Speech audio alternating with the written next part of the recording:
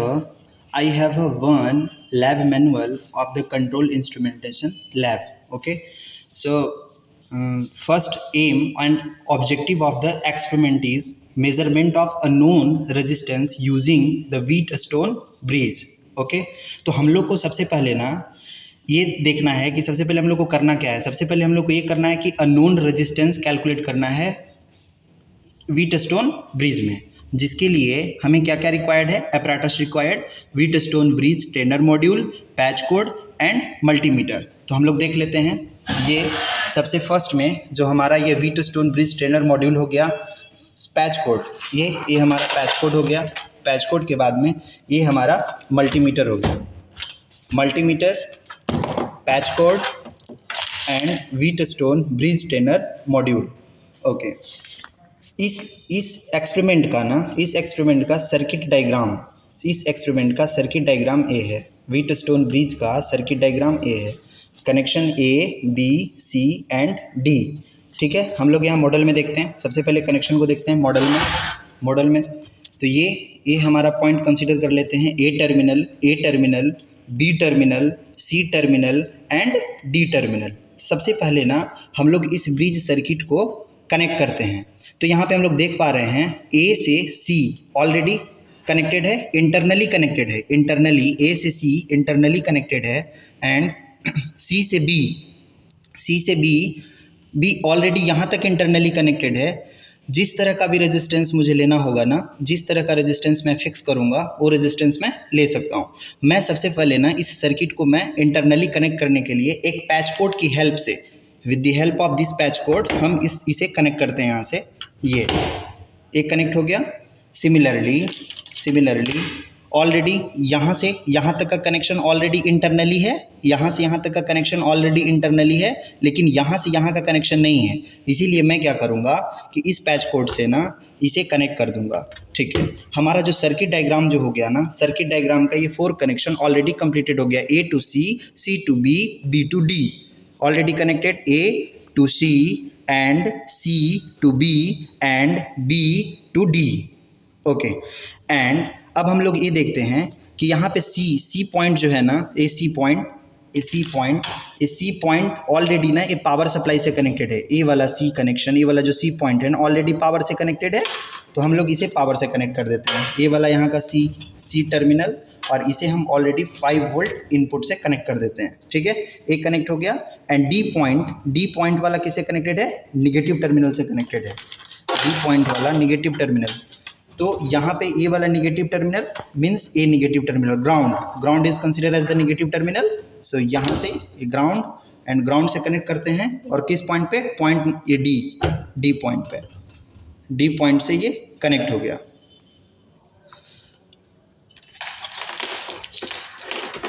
According to Wheatstone bridge में हम लोग को करना क्या होता है? अकॉर्डिंग टू इस व्हीटस्टोन ब्रिज में हम लोग ये ऑलरेडी नोन है कि इस ए टू बी जो इस वायर है ना, इसमें कोई भी अमाउंट ऑफ करंट फ्लो नहीं करता है। जब भी ये सर्किट बैलेंस हो जाएगा, R1, R2, R3, Rx या इन अदर R4, सो यहाँ पे इस ए टू बी टर्मिनल में ना कोई भी अमाउंट ऑफ करंट फ्लो नहीं करेगा। ठीक है, तो इसे कैसे बैलेंस करते हैं हम लोग? यहाँ पे सबसे पहले हम क्या करेंगे, ऑलरेडी यहाँ पे हमारा सारा का सारा कनेक्शन ऑलरेडी कनेक्ट हो गया according to the circuit diagram. हमने कनेक्शन कैसे किया?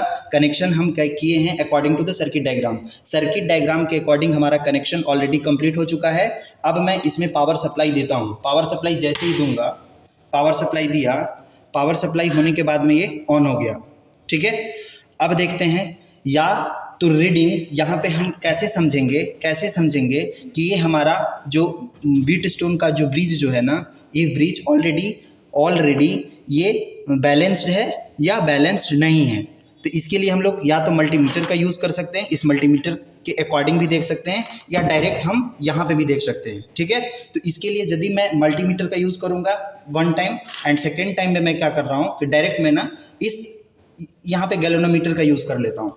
तो इसके लिए क्या करूँगा कि मैं इस ए टर्मिनल से ना इस ए टर्मिनल को डायरेक्ट इससे कनेक्ट कर देता हूँ, और यहाँ का इस बी टर्मिनल को इस पॉइंट से कनेक्ट कर देता हूँ। ठीक है, यहाँ पे मुझे कितना दिख रहा है, -206, -206 या 209, ठीक है। फर्स्ट ऑफ ऑल हम इसे बैलेंस करेंगे, फर्स्ट ऑफ ऑल इस मॉड्यूल को, इस सर्किट डायग्राम को ना बैलेंस करेंगे with the help of this.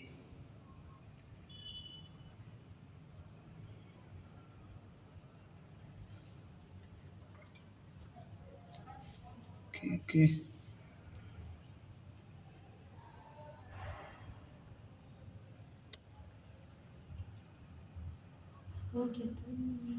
Okay, हमारा रीडिंग कितना है गैल्वेनोमीटर का, हम लोग देख सकते हैं। हम इस मॉडल में ना, इस मॉड्यूल में ना हम लोग ये देख सकते हैं कि हमारा गैल्वेनोमीटर का वैल्यू कितना है, ठीक है। तो हमारा ए ऑलरेडी ना व्हीटस्टोन ब्रिज का जो सर्किट हुआ ना, सर्किट ए ऑलरेडी बैलेंस हो चुका, यहाँ से हम लोग देख सकते हैं गैल्वेनोमीटर के अकॉर्डिंग, क्योंकि यहाँ पे 0 0 आ गया, ठीक है। ये हमारा सर्किट ऑलरेडी बैलेंस हो चुका। अब क्या करेंगे, हम लोग को रियल में फाइंड आउट क्या करना है, फाइंड आउट करना है R X, unknown resistance R X. इस अननोन रेजिस्टेंस आर एक्स की वैल्यू कितनी है, with the help of this formula R X is equal to R1 R3 divided by R2। यहाँ पे ना R2 का वैल्यू एंड R3 का value already fixed है। R2 का वैल्यू ऑलरेडी फिक्स्ड, क्यों फिक्स्ड, क्योंकि हमने इसका कनेक्शन 100 में दिया। यहाँ पे ये 100 ओम मीन्स ए फिक्स्ड है। सिमिलरली यहाँ का वैल्यू भी, यहाँ रेजिस्टेंस कितना है इसमें, ये ऑलरेडी 100 ओम। दोनों क्वांटिटीज यदि मैं फिक्स रखूंगा 100 तो R2 and R3 known quantity हुआ, R1 अननोन क्वांटिटी हुआ। R1 मुझे नहीं मालूम यहाँ पे ना इस ब्रांच में कि इस ब्रांच का कितना रेजिस्टेंस है, क्योंकि ये रेजिस्टेंस वेरिएबल रेजिस्टेंस है। तो इस रेजिस्टेंस का वैल्यू हम लोग कैसे कैलकुलेट करेंगे, ऑलरेडी हमारा सर्किट ना, ऑलरेडी हमारा सर्किट डायग्राम ऑलरेडी बैलेंस्ड है, यहाँ पे 0 0 पे है, ऑलरेडी बैलेंस्ड है। ये बैलेंस है, ये सर्किट हमारा बैलेंस है। अब इस टाइम पे कितना अमाउंट रेजिस्टेंस है इस वायर का, इस वायर का ना कितना रेजिस्टेंस है, हम क्या करेंगे, सारे के सारे वायर्स को ना सिंपली रिमूव कर देंगे और with the help of multimeter हम यहाँ पे मेजर कर लेंगे रेजिस्टेंस का वैल्यू। फर्स्ट इस मल्टीमीटर को ना सबसे पहले हम लोग यहाँ पे रखेंगे रेजिस्टेंस मोड 20 किलो ओम में या 2K में, ओके 2K में।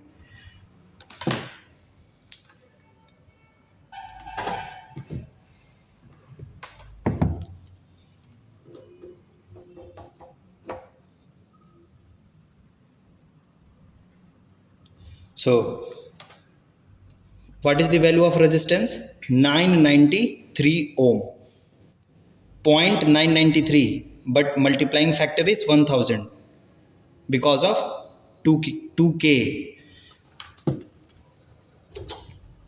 मतलब हम लोग ये कह सकते हैं यहाँ पे कि हमारा जब मैं इस सर्किट को जब मैं बैलेंस किया था ना, तो यहाँ पे R1 का वैल्यू कितना आया, R1 का वैल्यू कितना है यहाँ पे 900